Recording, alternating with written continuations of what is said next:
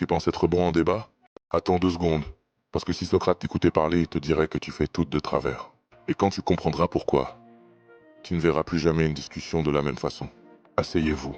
Prenez une seconde. Je vais vous expliquer, en moins d'une minute, pourquoi Socrate détestait les débats. Pour Socrate, un débat, ce n'est jamais une recherche de vérité. C'est un affrontement, un combat d'ego. Dans un débat, on ne s'écoute pas vraiment. On attend son tour pour répondre. Ce qu'on cherche, ce n'est pas comprendre. C'est gagner, convaincre, impressionner, écraser l'autre. Et ceux qui excellent dans cet exercice, ce sont les sophistes, les grands ennemis de Socrate, des experts de la rhétorique, l'art de bien parler, même quand on a tort. Socrate, lui, défend autre chose. Pour lui, la parole doit être dialogue, pas débat. Elle doit être dialectique, pas rhétorique.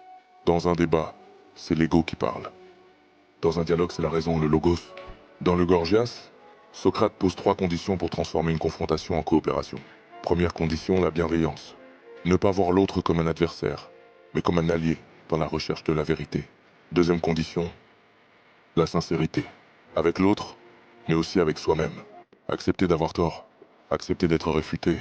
Troisième condition, la volonté sincère d'atteindre la vérité, ou au moins un consensus.